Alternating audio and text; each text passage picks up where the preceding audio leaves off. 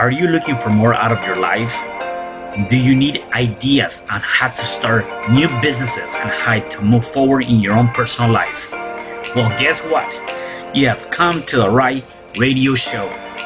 At You Can Overcome Anything podcast show, you will learn and hear from many people from all walks of life who are sharing their challenges, their stories, the habits, and the mind shifts they had to overcome to become who they are today.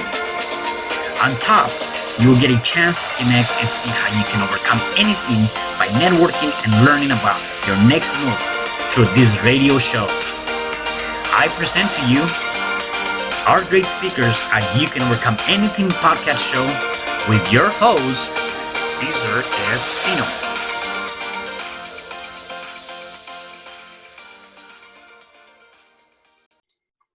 Hello there and welcome back. It is your host, Cesar Espino at You Can Overcome Anything podcast show. And today I have a special guest. Her name is Dr. Jill Briska. Hello, doctor. How are you? Good morning. Great. I'm great. Awesome. Before we dive in, let me give our listeners a little bit of your background and then we can dive into it and you can tell us your story better than I can. But let me still give them a little bit of your background. So Dr. Jill Briska has a Bachelor of Science in Biological Science before going through graduate with a Doctorate of Chiropractic Medicine. Her health journey began at the age of 25 when she went projectile out of a car window and landed on the road. Had many injuries, metal was put in her, and after several difficult months, she recovered. After many health challenges, pain, and not so much help from doctors, she decided to take control of her own health and change her belief system to start a new exciting beginning, and is now running Kintsugi-Wellness. Awesome. So why don't we start by telling us where, your background and where were you born, and more so your background growing up till to the point where you were in this car accident. Okay. Well, I'm from the Midwest. I'm in the Chicago area, and I actually now live in the house that I grew up in. So and I'm raising my kids here. That's awesome. But growing up, it was a very middle class, average family. The only thing that we really did have that was different, I think my childhood, I really enjoyed my childhood, but my dad was very sick, and he was a manic depressive schizophrenic. And we didn't realize how sick he was. My parents were very protective of us not knowing those kind of things, but he did get very seriously sick when I was maybe in middle school, maybe around 13. And so then he was in and out of hospitals, and it was just really very, very serious. And he ended up committing suicide when I was 18. So that, changes your perspective of life. Mm-hmm. I don't think I had my mom was a very active parent, but of course with my dad being sick, he was just in his own world. So that male influence, I think, was lacking in my upbringing. So, but yeah, then it was kind of floating after that, deciding what I wanted to do. I'd go one direction, another direction. And finally, my mom one day was saying to me, one day you're going to have to grow up and make a decision on what you want to do with your life. Yeah. And I was considering chiropractic, and I said, well, before I start taking all these classes, I'm going to go work for one. And it was a fit. I loved it. So then I had a direction. Ironically, right as I was about to start school, that's when I had the car accident. Yeah. So luckily I was young, Yeah.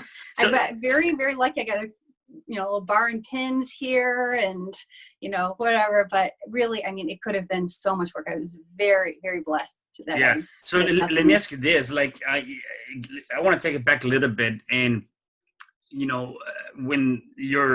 when you lost your dad and going through that, because I can only imagine what you were going through or how difficult that might have been for you or the family, right? How do you recover from a loss such as that? Because I believe that some of our listeners might be going through something similar, especially with everything going on right now.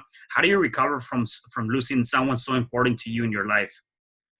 Well, because we watched it, once it was kind of revealed to us, then we could see, how bad it was, and he would go in and out. And if you've ever dealt with someone that has bipolar disease, which they used to call it manic depressive, now it's bipolar 1. Mm-hmm. They're delusional. They're very stubborn. Like you put them on a treatment regimen or whatever, and they just don't really a lot of times want to follow it. And so they decide to go off their medication, and then you don't know if they're going to be at the house or they're going to go someplace else, what they're going to, in the up and the down. So you just never knew who you were walking in to. When you walked in the house, who was that person going to be? And I mean, he was a sweet man. He was but he was a troubled man. Yeah. So I would liken it to, from what I'm understanding, it's kind of like having an alcoholic parent, because if they're drinking or they're hungover or you didn't know. And so you didn't really want to bring your friends around because you just didn't know what was going to be said or what it was going to look like.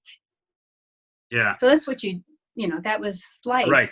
Yeah. Yeah. And did that make a big impact on you overall, or obviously, like you said, after the 18, kind of growing up without a father or father figure, did that make a big impact in your life? Yeah. I really think as you get older and you go and you don't realize what has impacted you until later. And then you kind of put pieces together. But I think what happened, not having that strong father figure in the picture, but having a strong mother figure, person or representative or whatever. I'm sorry, my brain and my mouth are not simpatico. Yeah. They are, when that is missing, it shows up in different ways. For example, not having that, I think I was for a long time a broken picker. Do you know what I'm saying? Like, you choose people that need help. You choose people that are not emotionally available because you're trying to. Now, this is my armchair psychology coming through here, but an unexamined life is not worth living, as the saying goes, right? So why do these things happen? And a lot of times they are your childhood or some pivotal thing that happens. And then you can say, I get it. I understand maybe why I was doing it. I mean, I was making those choices myself consciously, but my subconscious was looking to solve a problem. Yeah. That's what I think a lot of times we're such emotional beings. Right. So let's definitely. So let's talk about your car accident. How did that happen, or what led to that? And let's talk about that story, because I want to say that was one of your, if not your biggest turning point in life, recovering from that, right?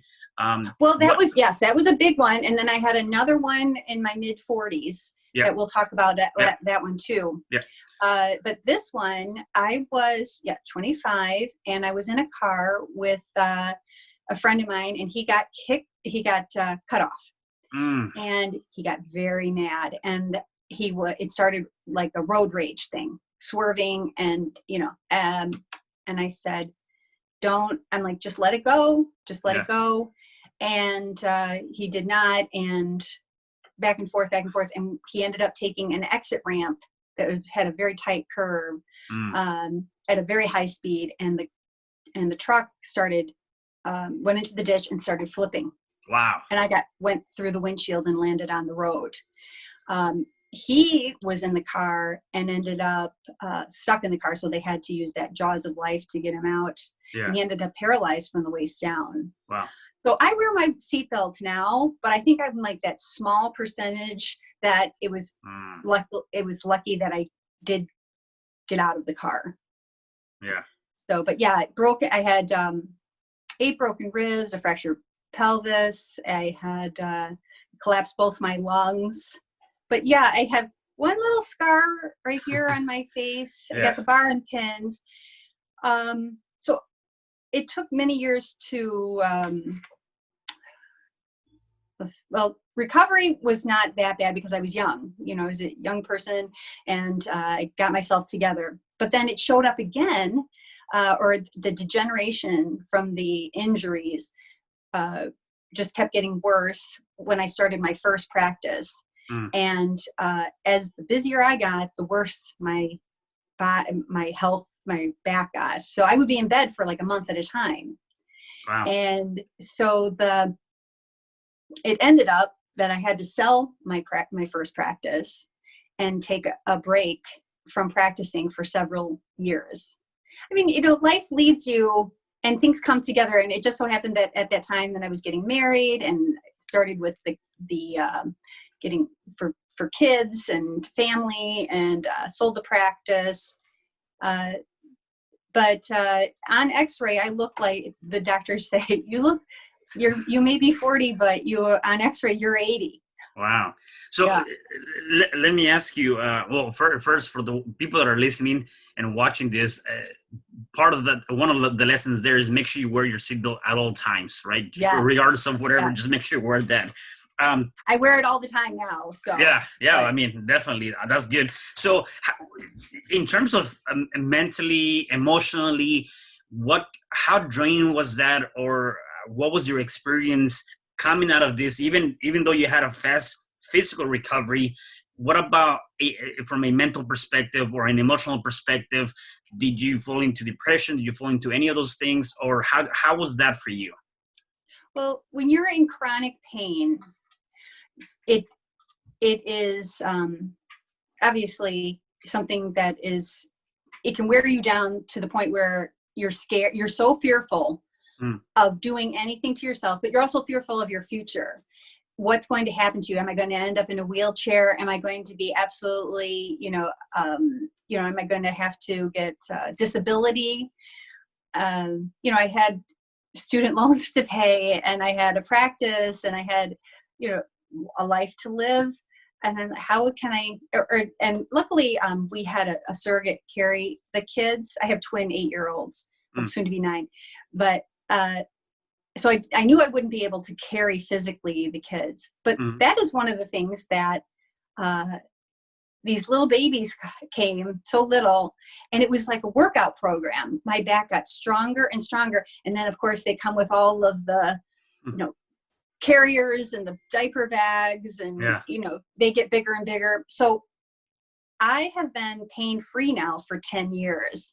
And I think that I did a lot of treatments. I did a lot of trying this and trying that. I'll get adjusted and everything. But I think that honestly, the thing that did the most for me for becoming pain-free is, one, to be able to take a break from working and strengthening my back and doing some core exercises. But the babies were my workout program. Yeah. So, but emotionally going through that is such fear. And do you know who Louise Hay is? I've heard. Louise Hay her stuff is so interesting. And she has, like, if you have something like, whether you have allergies, or you have, you bite your nails, or you have low back pain or headaches, she has a breakdown of what is the emotional message that your body is telling you. So with low back, there's a lot of, that's your foundation, and that's your security, and especially financial security. So a lot of fear came from, am I going to be able to work? How am I going to pay my student loans? How am I going to survive? I don't have, I was fearful, and it was interesting that correlated with that going on. Yeah, I think with different things going on in people's lives, the one thing that stops people from kind of moving forward in coming out of a difficult situation is that fear of, like you said, not paying the bills, the fear of, am I gonna be okay, the fear of, am I gonna be able to walk. And I think that's probably, I always say this, that don't let the fear take away the opportunity, right? And sometimes we do. People, part of our nature, we sort of fearful, or we do not want to deal with the uncomfortable of something, that we allow for that to take away the opportunity that might be in front of us. And so I think it's always very interesting to see and hear how people in general, like in your case, cope with the fact that, yes, I'm fearful, yet I still gotta kind of push through. And like, I guess maybe what would be some of your, going through what you've gone through, what would be some of your advice in terms of, I mean, I want to say you were probably fearful for sure, yet how do you continue to push through that? I think it is constant soul searching. You think you're done at a certain age, and it never, ever ends. There's always something more to look into on why we do, or what triggers us. Why do we make the choices? It's not coincidence. It's not coincidence that things happen. Because we really do have a lot of, we're a participant. We're not victims in our lives. Obviously, things do happen. I didn't take the truck and make him go take a turn or whatever, but then it's an opportunity. What are you going to, okay, that happened. What are you going to do with it? And are you going to view your life as, I'm a victim, I don't know what's going to happen to me next, and just become more and more fearful? Or is it, well, this happened, I'm going to make a decision because I'm an active participant in my life. What am I going to do next? Yeah, I really love that. Actually, I never seen it from that perspective. And again, we always see a lot of that victim, playing the victim role, or we feel as we are part of the victim, and really coming into that point of putting in the perspective, you said, a participant rather than a victim, is really changing the frame of that. And looking at things from a different perspective, right? And so I really, really enjoy that. That's actually pretty awesome. Good. So let's go to, so you had another turning point in your life in your 40s. What was that? So when I was 46, okay, I'm 51 now. So just several years ago, I started becoming allergic to everything. Could not figure out what was going on. I couldn't eat. I couldn't, like, chemicals would be, I'd be sensitive to them. I'd get a rash. I never knew what was going to cause me a reaction. And so I kept taking things out. I got rid of coffee, I got rid of alcohol, I got rid of, avocado and spinach and tomatoes and nightshades, whatever it was. I was trying to figure out, and I was down to 3 to 5 foods.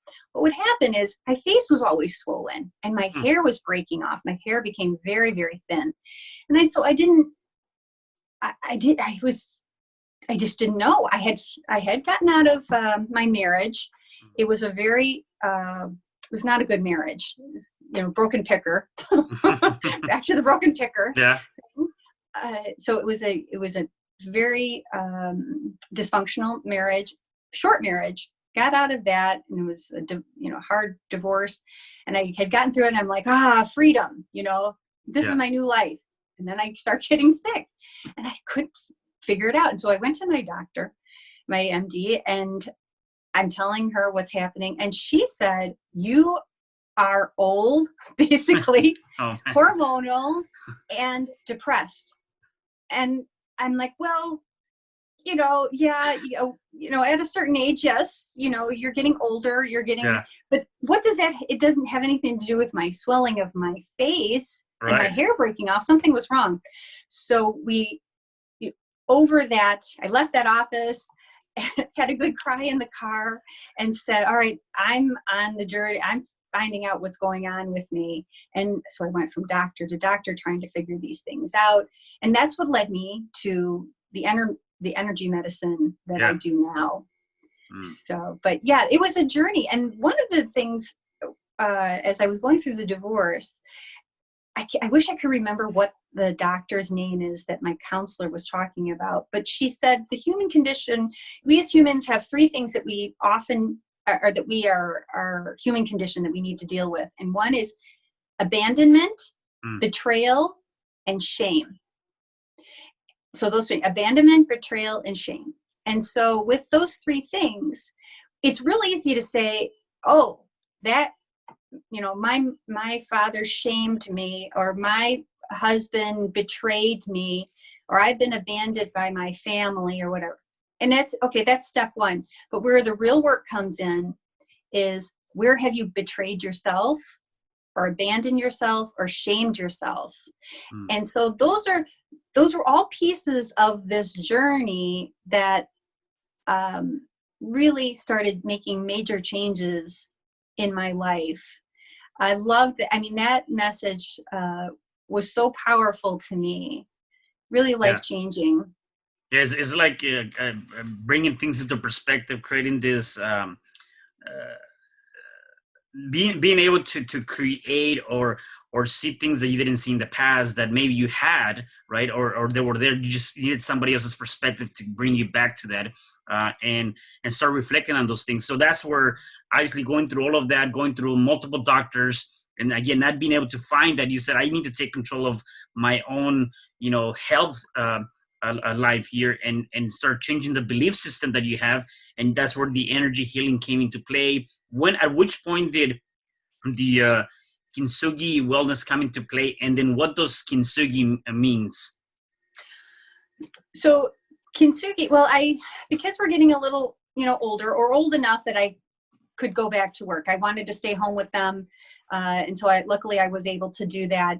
But the time came where I wanted to get back to it. And I had, in my first practice, I focused in on musculoskeletal work, adjusting, rehab, things like that. Well, with my back, I'm like, oh, I'm not at my age, I'm not really wanting to, adjust, 25, 30 people in a day and roll that dice. I'm very happy being pain-free. So I knew I wanted to change that, and I wasn't all that excited about that. And so I'm like, I just started looking. And then at the same time, I started getting sick. And I'm like, what's going on here? Yeah. Like my life's falling apart. And then when I went on my journey and I came across the energy medicine, it was the only thing that made a change. I was on 30 supplements. Wow. I was doing detoxes, and I couldn't make any more lifestyle changes. Wow. I was already down to no food. Yeah. I was so malnourished, trying to survive on like rice, lamb, and bok choy. Wow. You can only go so far. Yeah. So when I came across the energy medicine, and it made such an impact, and my face within a week had stopped swelling. I went from not recognizing myself to recognizing myself. I'm like, this is it. Yeah. But it addresses us at the cellular level. That's where we really communicate, how our body communicates to itself is on the cellular level by frequency and vibration. And that's what energy medicine does. So I think it's the missing piece in a lot of healthcare. I mean, obviously you want to work out and eat right, and make sure you're not, the chemicals that you put in your body or you use, all have to be, and the emotional. But when you add an energy medicine to it, or energy, and looking at yourself as an energetic being, it changes the game completely. Wow. Yeah. So that's when I knew the path, when you're searching, the path will rise to meet you. And yeah. I was like, I really don't do anything with musculoskeletal anymore. Yeah. Now, it is all energy medicine. Yeah. I'm just curious to actually know. So going through that, what kind of, was it were you allergic to something, or what was the outcome of where did that come from? Nobody could tell you, obviously, and then until you found yourself. So what was it? Well, how it ended up, it was like I would say it was a perfect storm. Okay. So emotionally, I had survived, this very, very difficult marriage and divorce. Yeah. I had small children. My adrenals were just shot. I was stressed out. And my doctor had changed me from my natural thyroid medication that I had been on for 10 years to a synthetic. And with that, I was not able to process it correctly. Part of it is because you need to have your adrenals to process that type of thyroid medication. So that was step one. and then they missed an autoimmune disease. They also, along with autoimmune comes gut issues. They go hand in hand. Also emotion, your brain, your gut is your second brain. And that's a concept that crosses all, allopathic to alternative. The understanding that the brain gut connection is so strong. It's also your immune system, 80% of your immune system. So that's the perfect storm. Emotional was going on.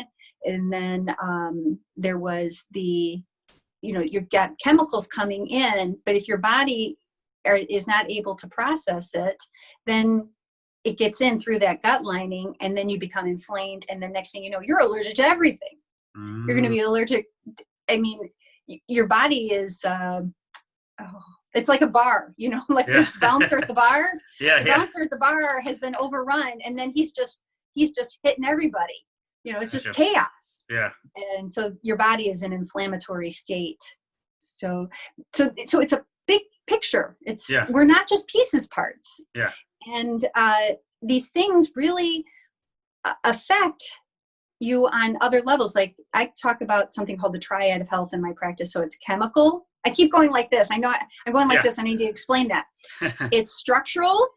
So if you look at health, the triad of health is structural and chemical and emotional. And it's an equal-sided triangle.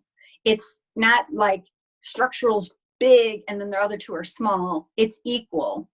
And when something is not right with one of the sides, other sides will be affected. So if emotionally you're going through something, it is going to affect you on another side if you don't acknowledge it, or so like people that have emotional stuff going on and they've brushed it under the rug, or they choose to like not look at it, they're going to maybe well, if you don't notice me on this way, maybe you'll notice me here or there. Yeah.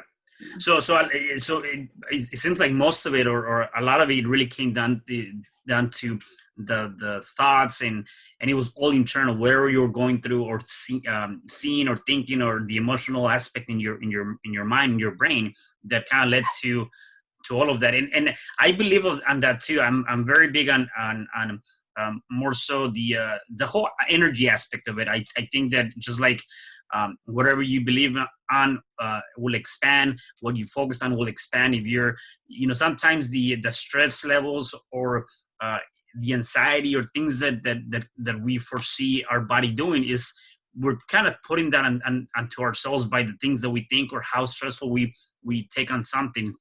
And I believe that when you start working on your energy, you start working on your mind, start focusing on positive things, or changing the dynamics of something that perceives to be negative, and change that to a positive, you can have that immediate change of your life, in your brain, more so, right? Our thoughts are very powerful. Yes. Right. So, like a concept is what you think, you feel, and what you feel, you vibrate, and what you vibrate, you create. Because we're really, it starts with your thinking, and very simply, like, how do you think of yourself? What's that self-talk going on in your brain? Are you like, I'm scared, I'm scared, I'm scared? Like, this is all going to fall apart, especially now, with the whole thing with the COVID-19, this is a very emotional thing that we're going through. It's not just, a virus. It's just not that. It is, those fears are really coming up. Like, what's the economy going to look like? Or am I going to get my job back? Am I going to be able to pay the bills? Right. So trying to keep yourself thinking like positively is really important at this time. Yeah. So no, definitely. So what does Kintsugi stand for? What does the Kintsugi? Yeah. Because as we go through our lives, we are oftentimes broken. It starts in our childhood. Some of us we all have had different types of childhoods or teenage years. Some of us, some people have been bullied. Some people have gotten into addiction. Our path leads us. And Mm-hmm. along the way, we become broken in different ways. So what kintsugi is the Japanese art form that takes broken pottery and fixes it, repairs it with gold. And the philosophy is that we should be proud of that brokenness, because the gold is valuable. And so with that brokenness, we become stronger and more beautiful for having been broken. We'll never break in the same way again. You know, that's not to say that you won't break again, but you won't break in the same way again once you have acknowledged it and repaired that hurt or that wound or that scar, you know, that problem. Yeah, no, and I love that too. Actually, I love that term, because again, you know, we do people go through a lot of different things throughout life, and sometimes from being broken, something great comes out of that. As long as you work on yourself, or you work on making that, whatever that might be, and changing the dynamics of that. And I've seen it so many times where a lot of people have come from really paths that were really broken, right? And have been able to recover from that, and now made something huge and big off of that, right? And that's pretty awesome to be able to see that, because it is the, like the term says, it is the gold mine of the gold that put it together, right? That the little things in between that created that the brokenness into something bigger and greater. So I really love that. Now you have and go ahead. I'm sorry, but it's like what you're doing with your show. Yeah. That's what we need. We need more of that in the world, because this whole facade that people think that they need to put up, that, oh no, I got this, my life is great, you know, like, oh, I just handled that, I'm, you know, and they try to be bulletproof. We as human beings, we don't need to, like, you know, air our dirty laundry constantly. Right. You know, that's dysfunctional to do that. Yeah. But to share struggles that you've had, we help each other with that. Yeah, definitely. Oh, for sure. Definitely. And I think that's that part of the foundation that we need to do more as human beings. Like, you just never know. I always say that, you know, it might be that word, that phrase, that might be that sentence that you just said, something that you said today in this podcast, that is going to help somebody else, you know, grow or become, you know, a little bit better than they were in the past. Right. And that's part of the objective here. So you have a book coming up. What is that book about? So I decided to write a book because so much of the energy medicine stuff seems so woo-woo to the average person. I don't think the average person understands, and understandably that they don't get it. Yeah. It seems so out there. But energy medicine is something that is so simple when you get right down to it, that when you think about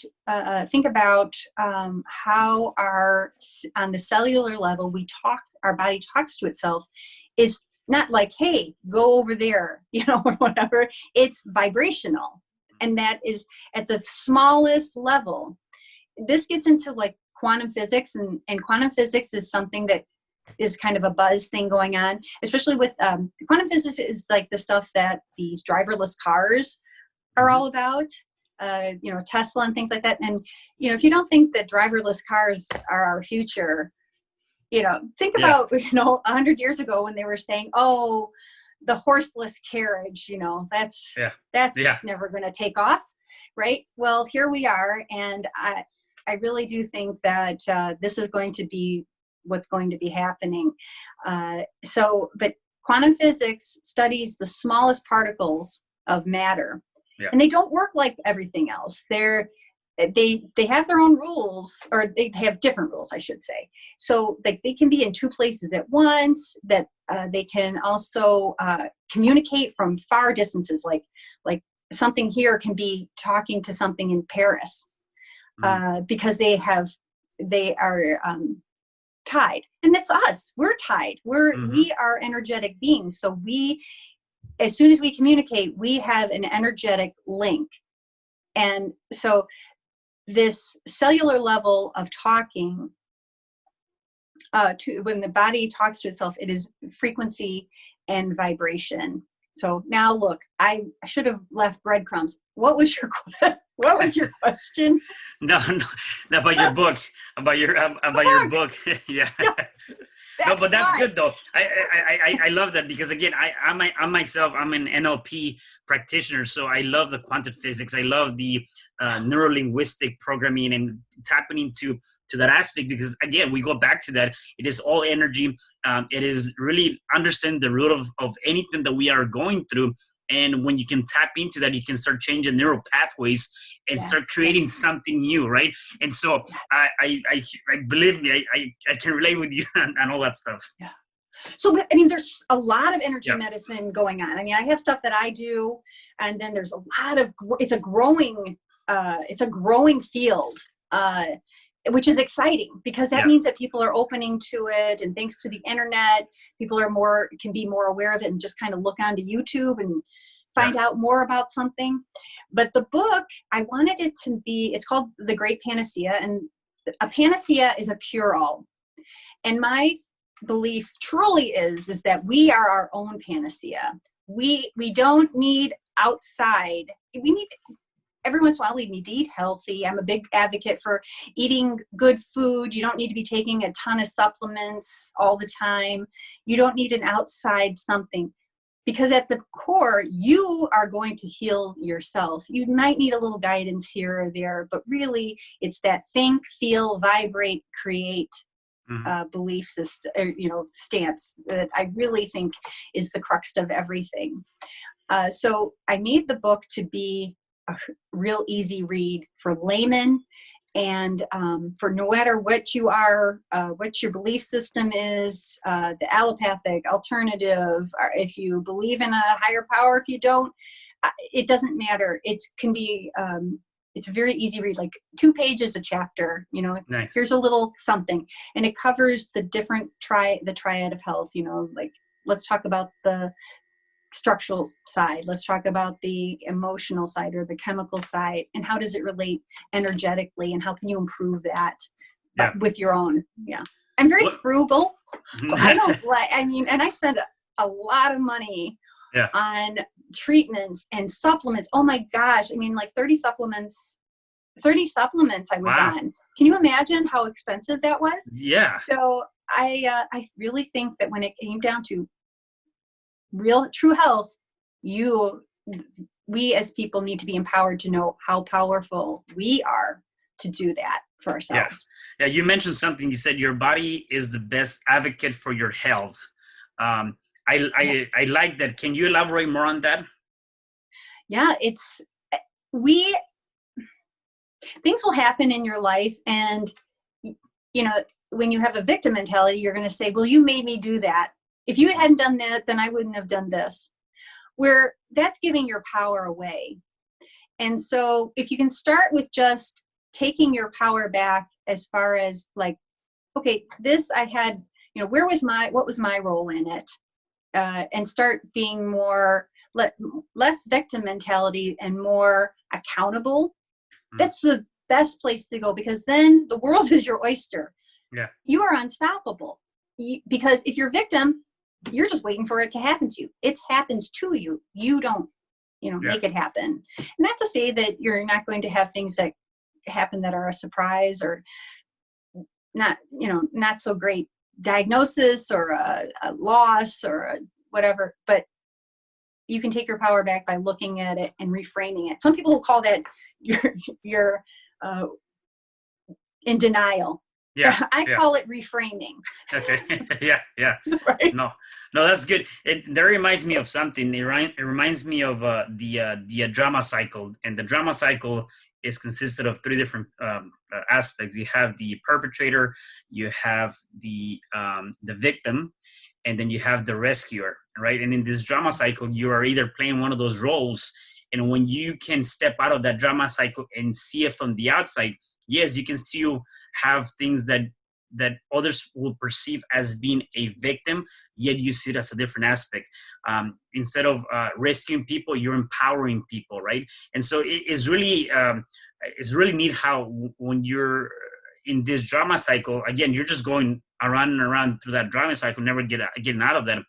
When you're outside of that, you see it from a different perspective. And again, you actually go about your own life and or helping other people in a different aspect, because your thought process and the way you're framing that is a lot different than being in that drama cycle. Yes, the drama cycle. The drama is real and it is prevalent. Yeah. I mean, I jumped, I mean, when you started talking about it, I'm like, yep. That was most of my life. Yeah. I was in one of those roles. Right. Yeah. And then when you step out of that, you kind of start taking back that control. You start taking back that control of your life and creating something different for yourself, which is awesome. Very freeing too. Yeah. Yeah. So let me tell me a little bit about the clients, some of the clients that you have. You do a lot of, your service of healing is really awesome from my understanding. And you do a lot of that for many people. So tell me more a little bit about your service and what is it that you, how you help your other people through that service of healing. Well, I do. When I started, I was seeing more people in the office. And then the start of 2020, coincidentally, I decided to do more remote treating because I can do that. It's just, all I need is a sample, like a saliva sample or a hair sample, but that holds your energetic. That it's very woo-woo. I will admit that, but it's also, I know from personal experience that this is real, and this can really make a significant change in people's lives if it is an energetic component. I mean, there is no cure all. Unless it's you, right? Yeah. You're the only one that's really the cure all, because at the end of the day, it's your body, and you have so much power over where you are in your health or your emotional state or relationship and things. But I decided to go more remote. So it kind of opened up the country, the United States, so I can take samples from all over the place. So I see people a lot that have chronic illnesses, and they were like me, searching, looking, and can't figure out what's going on with them. And so I take that sample, and it's a report. I have different modalities and things like that I use, but it comes down to taking that sample, looking at it energetically, and then the treatment that I like for that is it's a card. The energetic, the balancing frequencies that come from that report. It's a big report that comes out, and then I find where is there a decrease in what system that needs to be rebalanced. And it looks at 140,000 different things. So it's coming up with what's the priority, because you can think that you're allergic to one thing, but really it's an underlying problem with something else. So that's in a nutshell how and then the person wears that card for 2 weeks, and then they get a report. I send them a report of what was the findings and some other things that they may want to do. So you do like one-on-one client to you, that's how you work on a one-on-one basis? Yeah, they can go to my website, and there's a questionnaire and the forms and things like that. And they tell me their story of what are their concerns, what are we going to work with. And then I do that for them. I send it to them. And then obviously they always have access to me. Should there be any questions that you're not understanding on the report, because you don't have to have a 14-page report. I'm going to decipher it for you. It's very objective. It's not subjective. It's not like my opinion. This is finding where there is an energetic decrease. Gotcha. So it's like tuning your radio, well, I'm old enough to know, it's like you tune your radio like that. So, but it's finding the frequency. Gotcha. So you just need to tune it up a little bit. Some people, it takes very few. I usually have somebody get 3, just because that's, gives it a fair chance. But I mean, like I said, I had 1, and it was an amazing change. So that's what I see. Chronic illnesses are very common. Allergies are very common. Addictions. Anybody, it can be anything, but I really do think that that triad, when you're just addressing one side, you got to kind of take a look at the other sides if something's not changing. Yeah. Got it. And you have a free health assessment you're going to be offering for those that are listening. So where can they find that, or how they go about getting that free health? Yeah, it's on the website. Okay. They can just take it, and it takes a look at like your triad. How balanced are you? Is there anything that is maybe, maybe you're needing one side of your triad to be, more balanced. Gotcha. So that's a starting point. Okay. And then everything, I put so much on my website, my poor web designer. I'm like, can you get this on there too? Yeah. No, that's awesome. So awesome. I've been having a great time. So before I let you go, I have a couple more questions for you. Number one is, where can people find you if they wanted to connect with you? Yeah. So on the website, this is always the best place to start. It has a wealth of information, and it's www.kintsugi, which is KINTSUGI-wellness.com. So KINTSUGI, and that has where I am. Like I said, you don't even need to be, in Lombard. You don't need to be in Lombard, Illinois, or anywhere close. Because I can, and if there's any questions, obviously they can just pick up the phone and give a call, and I'm happy to talk to you, talk to anybody about how I can help them, or if it's a fit for them, Right. Not everything is a fit, Yeah. So and that's why, a free health assessment I think will be awesome. And if what is the saying? If you like what you see and you like how it feels, whatever the case may be, then you're there available to help them out. So that's awesome. So I'll also have that information on the comments so people can actually see the website and they can connect with you in that manner. In terms of, if you had one advice to give people that are listening to us and watching us as to how they can overcome anything in their life, whatever they might be going through right now, what would that be? This is going to sound funny. Take care of your gut. Take care of your digestive system. Yeah. Because of the brain-gut connection. Also, it's your immune system. And especially right now, when we are going through what we're going through in this world, your gut is going to be your first line of defense for your mental health. It's where your serotonin is. Yeah. The happy chemical that will keep you balanced and be able to find peace and joy. It's also, like I said, the immune system and your brain-gut connection. So I would say do good things for your gut. Yeah, definitely. Awesome. Dr. Jill, I had, a really great time with you today. And thank you for all of the, your sharing your story and giving us a lot of value. Is there anything else you want to say before I let you go? Be nice to each other. Awesome. Watch your temper. Yeah, definitely. I love that. Awesome. Well, thank you so much for being here today. I really appreciate it. I love being on. This was wonderful. Thank you. A lot of fun. Awesome. And for the rest of you guys, please make sure that you share, like, comment on this podcast. Please check us out on any platform. You can find us at You Can Overcome Anything podcast show. Please make sure you stay tuned for the next episodes coming up. Have a wonderful day and enjoy the rest of your evening. Bye. Hi, I'm Cesar Espino, real estate investor, business coach, and consultant, and author of the book, You Can Overcome Anything, Even When the World Says No. My number is 424-501-6046. In my book, I talk about making the necessary changes to shift your mind for prosperity and certainty. Pick up your copy at Amazon. I also love helping families with their real estate and can purchase your house fast and all cash. Follow me on Instagram, Facebook, and LinkedIn. My number is 424-501-6046. Thank you for having me today.